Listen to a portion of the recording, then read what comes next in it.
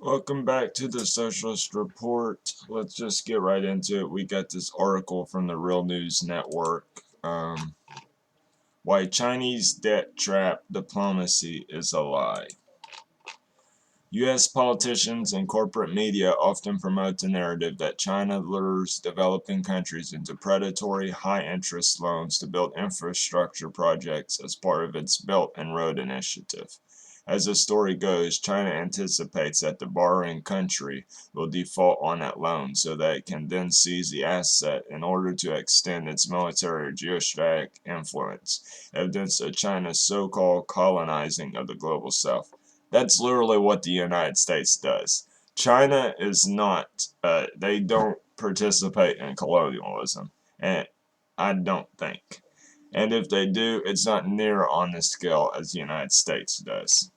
The concept of Chinese debt trap diplomacy finds its origins in a 2017 academic article published by a think tank in northern India describing China's financing of Sri Lanka's Hambantota port. The concept was then picked up by two Harvard graduate students in 2018 when they published a paper accusing China of debt book diplomacy and leveraging accumulated debt to achieve its strategic aims. This paper was then widely cited by media publications. The idea of Chinese debt traps seeped into Washington and intelligence circles, and a short time later, by November 2018, a Google search of the phrase debt trap diplomacy generated nearly 2 million results. By now, the debt trap diplomacy accusations become a bipartisan one. Both the Trump and Biden administrations have peddled it, and it's been further advanced by organizations such as the United States International Development Finance Corporation and corporate media outlets like the New York Times, the Washington Post, and The Hill. In one egregious instance, BBC News even edited an interview with Deborah Brottigam, a scholar known for her work challenging the validity of the Chinese debt trap diplomacy myth, to only include her explanation of the myth itself, omitting all evidence she cited against it, leading listeners to believe that Brottigam was in fact claiming the concept was true. Problems with the debt trap diplomacy myth. Generally, there are three problems with this debt trap diplomacy myth. The first problem is that this myth assumes China unilaterally dictates Belt and Road Initiative projects to lure other countries into taking on these predatory loans. In reality, Chinese development financing is largely recipient driven through bilateral interactions and deals. Infrastructure projects are determined by the recipient country, not China, based on their own economic and political interest. What the United States does about China, they love to demonize China so that the people in the United States will see China as their enemy and not the United States government. Because literally, no matter if it's a Democrat or Republican, they're always trying to demonize China. When China's not bothering us, China is not a threat to us unless we are a threat to them. If we are a threat to them, they've got nuclear weapons. It could lead on to a full-out nuclear war if we threaten China. The second problem with the narrative is that it relies on the assumption that it is Chinese policy to advance predatory loans with onerous terms and conditions to ensnare countries into debt. In reality, China often advances loans at fairly low interest rates and is often willing to restructure the terms of existing loans to be more favorable to the borrowing country or even forgive loans altogether. In fact, in August of 2022, the Chinese government announced it was forgiving 23 interest-free loans in 17 African countries. Prior to that, between 2000 and 2019, China has also restructured a total of $15 billion of debt and forgiven $3.4 billion in loans they had given to African countries. This is why the United States is so interested in Africa. This is why Joe Biden is so interested in Africa, in relations with Africa, to counter Chinese and Russian influence because China and Russia are not colonizing Africa. United States is colonizing Africa. And lastly, the third problem with this debt trap diplomacy narrative is that despite what it claims, China has never seized an asset because a country defaulted on a loan. Sri Lanka's Hambantota port. Sri Lanka's Hambantota port was one of the first instances of so-called Chinese debt trap diplomacy. The conventional story goes that Sri Lanka wanted to build a port on their southern coast in the village of Hambantota as part of BRI. Chinese banks then granted Sri Lanka these predatory loans to build the port with the assumption of the government would default, allowing China to seize the port in exchange for debt relief and create a Chinese naval outpost there. As Chinese development financing is usually recipient-driven, the port was proposed by the Sri Lankan government, not by China, and the port was a plan that the country had for several decades, long before BRI. In fact, the Sri Lankan government had first approached India and the United States to finance the port. After both countries said no, it then approached China. A Chinese construction company, China Harbor Group, won the contract, and a Chinese bank agreed to fund it. So not only was the Hambantota port not a Chinese proposal to begin with, this all occurred in 2007, 6 years before BRI was even launched. Another issue with framing this as Chinese debt trap diplomacy is that Sri Lanka's debt burden was due only in small part to Chinese lending. In 2017, Sri Lanka had over $50 billion in external debt, only 9% of which was owned by China. In fact, Sri Lanka's debt was primarily incurred through borrowing of Western loans.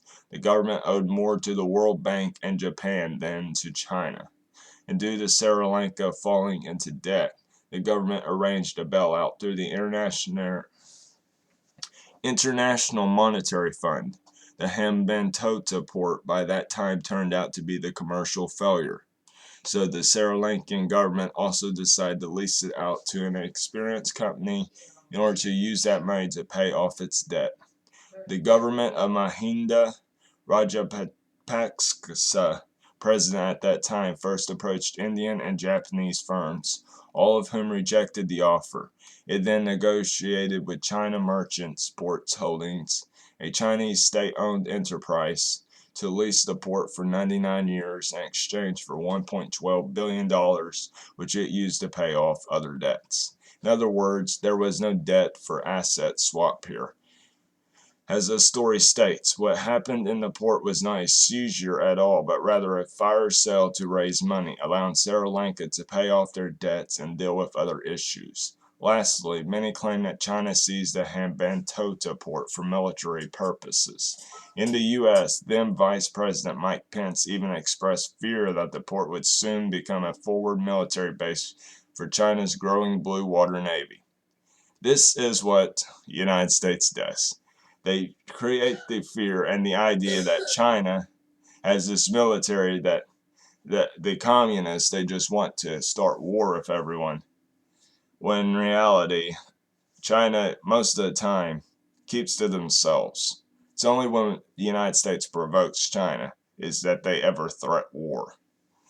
This never happened. Sri Lankan diplomats and politicians have insisted that China using the port as a naval base was never featured in their talks with Beijing, with Karanasina Kadatuwaku, the ambassador of Sri Lanka to China, even bluntly stating in an interview, "China never asked us. We never offered it. Chinese naval ships are not permitted to use the port. It is for Sri Lanka's Naval Command only." More recently, starting in March of 2022, Sri Lanka saw mass protests as people took to the streets frustrated over fuel shortages and the rising costs of essentials. Once again, Western media outlets such as the Washington Post, CNBC, and the Associated Press, among many others, took the opportunity to blame Chinese lending for plunging Sri Lanka into economic crisis. Diverting blame away from the role of the IMF, the Wall Street Journal even called China Sri Lanka's largest creditor and argued that its lending policies helped create the crisis to begin with. But again, this is false. As of 2021, 81% of Sri Lanka's debt was owned by Western financial institutions and Western allies like Japan and India. Less than 10% is owned by Beijing. In fact, at that time, the IMF alone had granted loans to Sri Lanka 16 times, continually restructuring them at times of economic crisis to the benefit of its creditors. There is no Chinese debt trap here.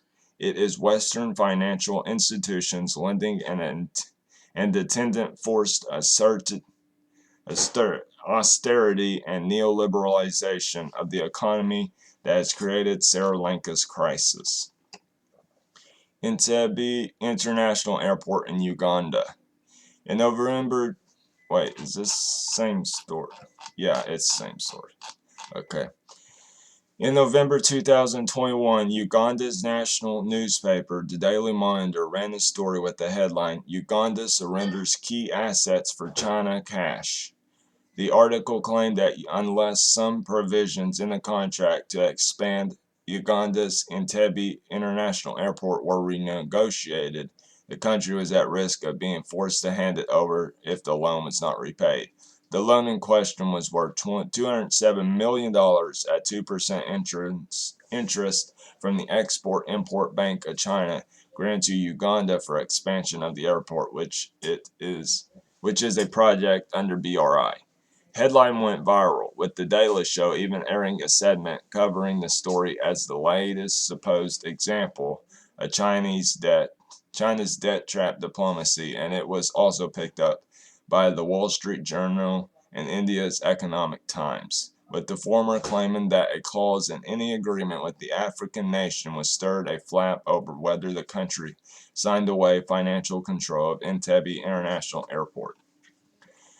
But according to analysis by A-Data, who obtained a copy of the contract, the airport was not even a source of collateral that the lender could seize in the first place. What the conditions of the agreement did require was that cash collateral be placed in a separate escrow account which would then be seized in the event of default, a fairly standard clause for international projects financing. The viral story even led to Vianney M. Loggia, spokesperson for the Uganda Civil Aviation Authority, to deny allegations of Chinese plans to seize the airport. Despite all evidence to the contrary, that has not stopped media sources from spinning their own narratives. The real debt trap. It is clear that Chinese debt trap diplomacy is a U.S. narrative advanced to obscure its own imperialist policies to distract from the IMF and World Bank's own practice of pushing predatory loans with exorbitantly high interest rates onto global South countries. Chinese loans are granted towards infrastructure projects which are critical to a country's development. They are not tied to privatization projects and structural advancement the way IMF and World Bank loans are. Indeed, IMF and World Bank loans are granted on conditions of privatizing public sectors, gutting social welfare programs, and trade liberalization to enrich Western capitalist interests. The predatory interest rates ensure that these loans can never be paid back, keeping the borrowing countries poor and locking them into a state of underdevelopment to ensure further plunder and resource extraction at the hands of these same Western capitalists. This is the real debt trap. Okay, so that's from the Real News Network and Liberation News, which is Party for Socialism and Liberation.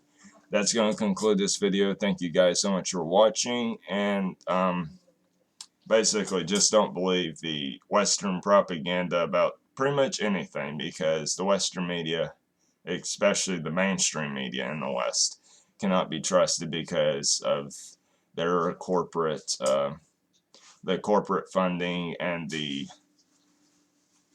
mostly just the corporate funding. You could say the politicians' influence, but the politicians are bought and paid for by the corporations, so it's basically the same thing by the corporations, big pharma, the military-industrial complex, the prison-industrial complex, you name it. So that's going to finish this video. Thank you for watching. See you in the next one. Peace out. This has been the Socialist Report.